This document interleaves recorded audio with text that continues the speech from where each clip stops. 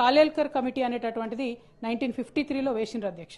వేసిన తర్వాత రిపోర్ట్ వచ్చింది 1955లో, 2 సంవత్సరాల తర్వాత కాలేల్కర్ గారు బాగా కష్టపడి రిపోర్ట్ ఇచ్చిండ్రు. అందులో 2399 బీసీ కులాలు ఉన్నాయి, 837 మోస్ట్ బ్యాక్వర్డ్ కమ్యూనిటీస్ ఉన్నాయని చెప్పి వారు డీటెయిల్స్ ఇచ్చిండ్రు అధ్యక్ష.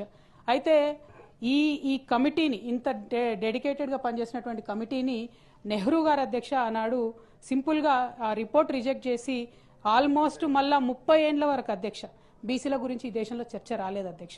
ఆ కమిటీ, కాలేల్కర్ కమిటీని పక్కన పడేసిందే కాంగ్రెస్ గవర్నమెంట్ అధ్యక్ష.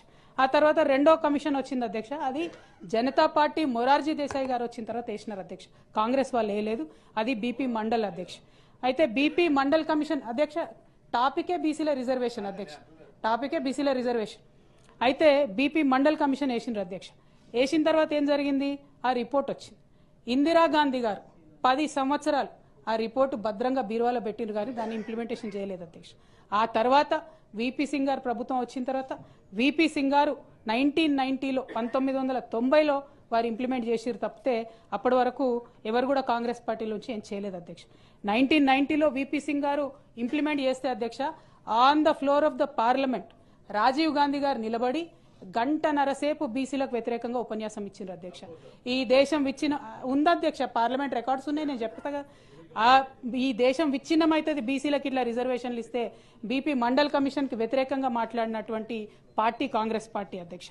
అదేవిధంగా అధ్యక్ష 1993లో ఈ పోరాటాల ఫలితంగా బీపీ మండల్ కమిషన్ కోసం హింస చెలరేగింది దేశవ్యాప్తంగా. అదంతా జరిగిపోయిన తర్వాత 27% జాబ్స్లలో రిజర్వేషన్ వచ్చింది అధ్యక్ష. కానీ 2006 వరకు కూడా అధ్యక్ష మనకు ఎడ్యుకేషన్ ఇన్స్టిట్యూట్స్లో కొన్ని ఇన్స్టిట్యూట్స్ అయితే 2008 వరకు కూడా రిజర్వేషన్ ఇవ్వలేదు అధ్యక్ష. అంటే ఎయిమ్స్ కావచ్చు అధ్యక్ష, ఐఐటీలు కావచ్చు, ఎన్ఐటీలు కావచ్చు, వీటికి వేట్లో కూడా 2008 దాకా కూడా ఇవ్వలేదు అధ్యక్ష.